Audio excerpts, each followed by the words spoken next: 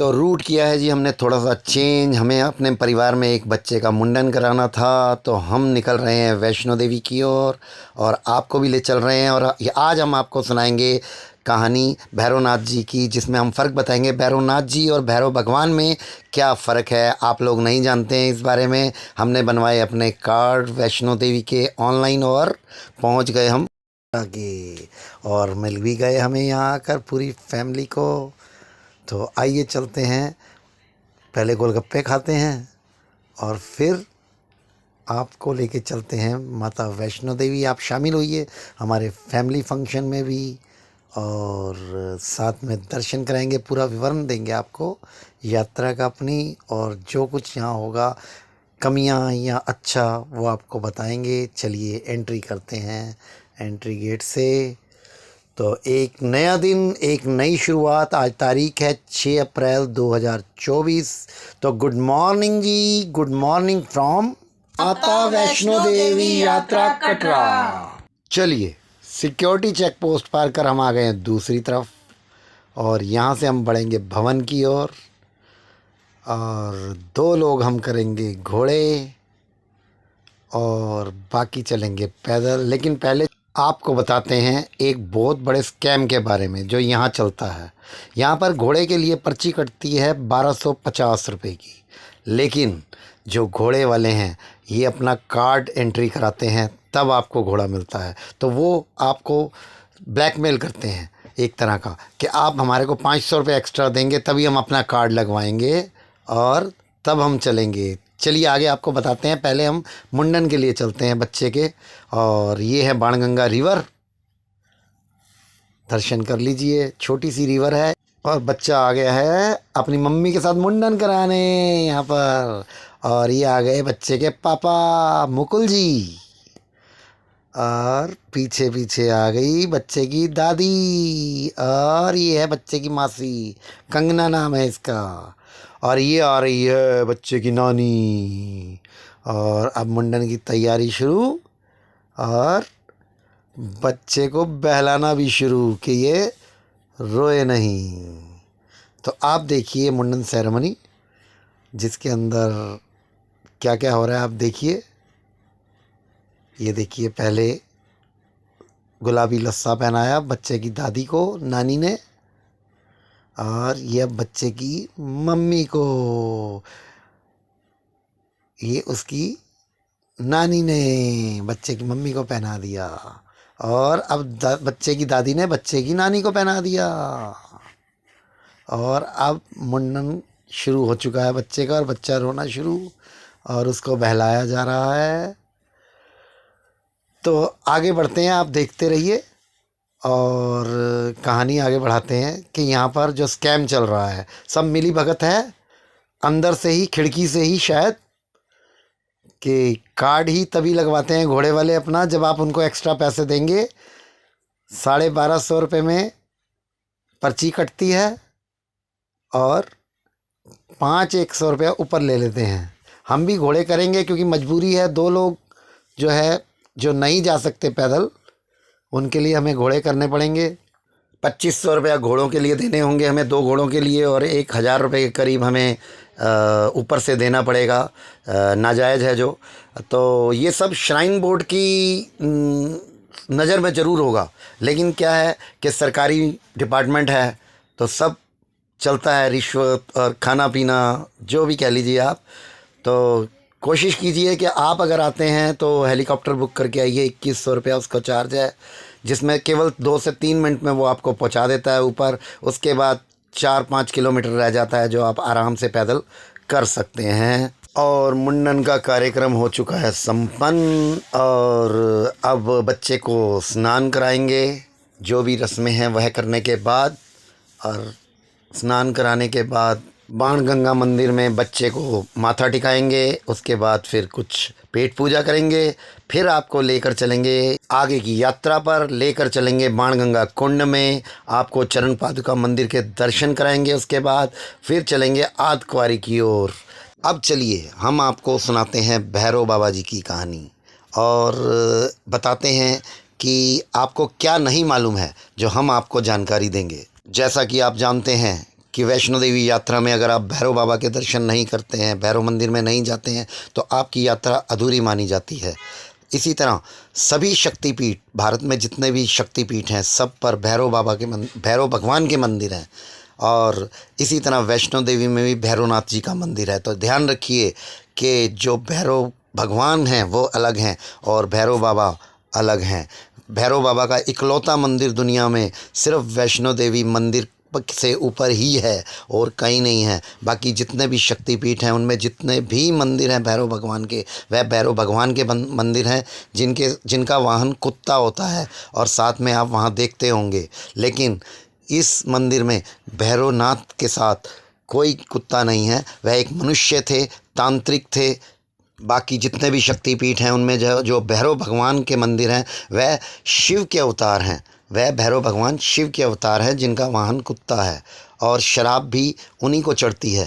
और महाकाल जी भी उन्हीं का रूप है। उनके 8 रूप हैं जिनका काल भैरव का मेन मंदिर जो है वो काशी उत्तर प्रदेश में है। और यहाँ वैष्णो देवी में जो है भैरवनाथ का मंदिर है जो दुनिया का इकलौता मंदिर है इनका, और कहीं भी नहीं है।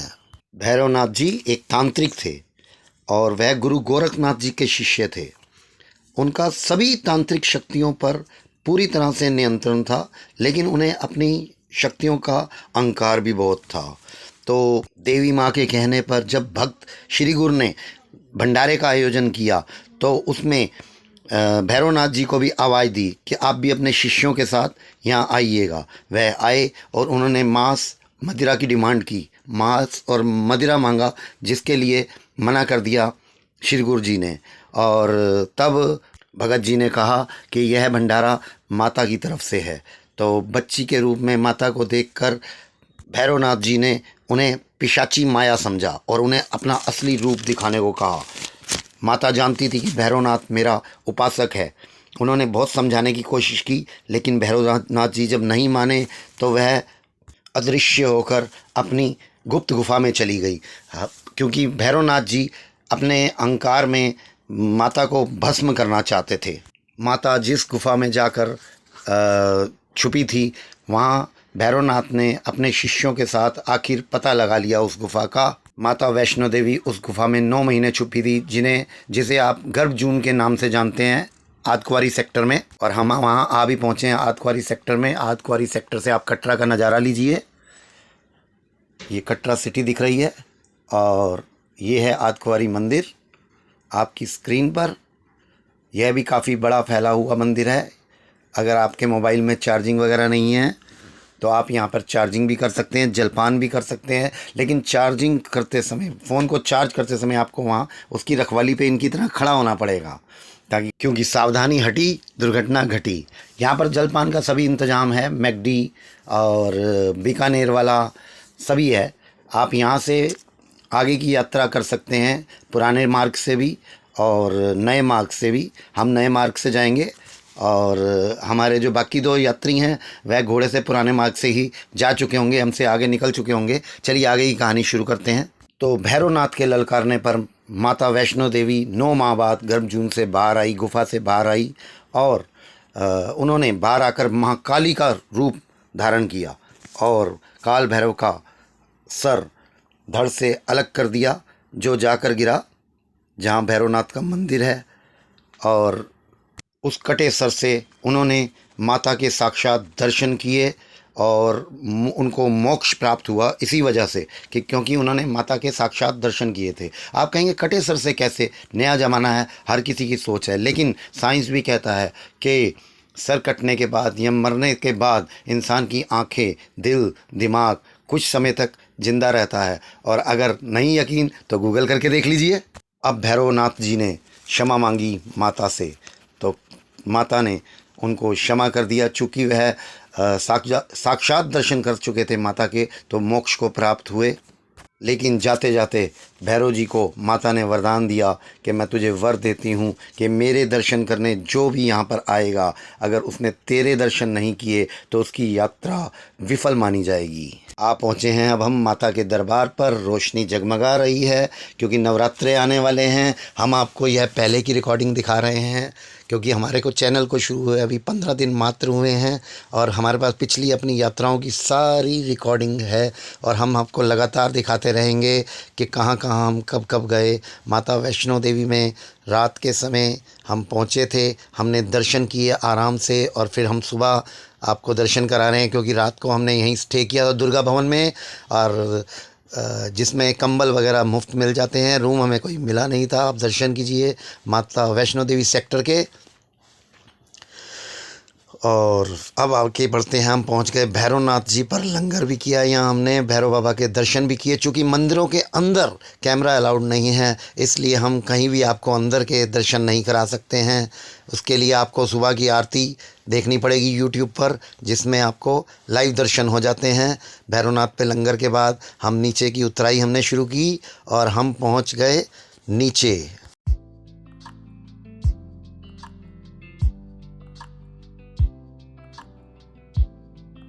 सांझी छत पर, सांझी छत से बहुत मनोरम दृश्य नज़र आते हैं। हम भी अपना थोड़ा खा पी रहे हैं और आप दर्शन कीजिए, इन व्यूज़ का आनंद लीजिए। पहाड़ और बर्फ़ दूर नज़र आ रही है, इन सब को आप देखिए। हम भी एंजॉय कर रहे हैं इन नज़ारों का, सुंदर नज़ारे।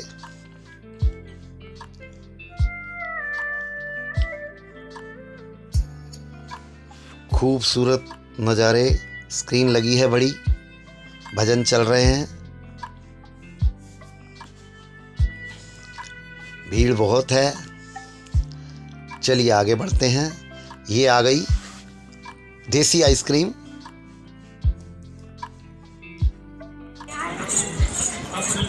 इसका भी हमने स्वाद लिया यहाँ पर। और फिर हमने लिए ब्रेड पकोड़े,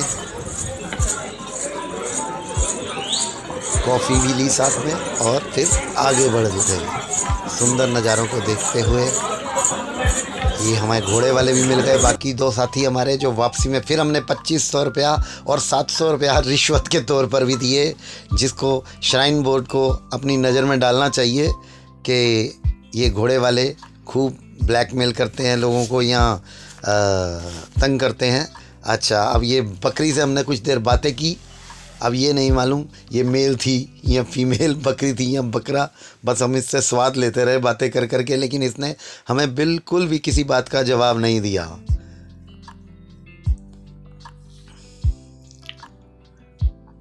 ठीक जी,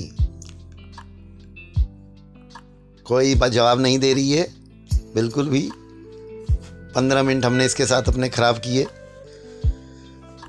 और फिर चलने को तैयार हो गए हम आगे, और पहुंच गए हम कटरा, जहाँ माता का स्वरूप था। एक बाज़ार में हमने शॉपिंग की।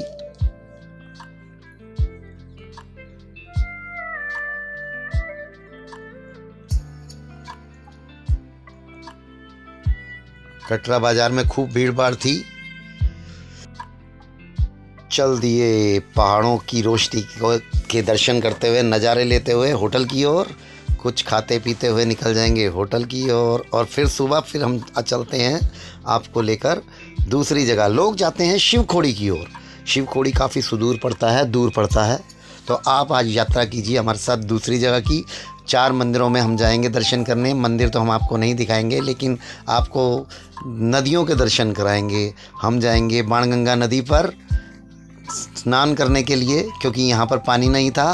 बाणगंगा में पानी रोका हुआ था वैष्णो देवी में, लेकिन हम आपको ले चलेंगे अब बाबा धनसर मंदिर, जहाँ रिवर बह रही है साथ साथ और कुंड भी है वहाँ पर एक। तो हम आपको खाली रिवर के दर्शन कराते हैं, बाकी आप दर्शन कीजिएगा। 4 मंदिर हैं, जिसके लिए ऑटो 800 रुपये लेता है। हमने टैक्सी की थी, 800 रुपये ऑटो लेता है और आपको पूरा दिन दिखाता है 4 मंदिर। आप स्नान वगैरह भी कर सकते हैं, काफ़ी पानी है यहाँ बाणगंगा नदी में। हमारे साथ बने रहिए, देखते रहिए। बाबा धनसर मंदिर है यह, और माता वैष्णो देवी मंदिर ऊपर चढ़ाई पर है। जिसके लिए चढ़ाई चढ़नी पड़ती है। और यह नीचे है पहाड़ से। हमारे साथ बने रहिए आप और नज़ारे लेते रहिए।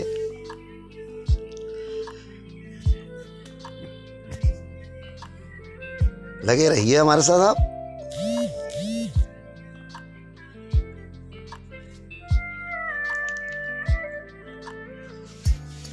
खाने पीने के सब इंतजाम है यहाँ पर, किसी चीज़ की कमी नहीं है। गोलगप्पे तक आपको यहाँ मिल जाएंगे, चाट, पकौड़ी, मैगी तो हर पॉइंट पे मिलती ही है और यहाँ भी अवेलेबल है।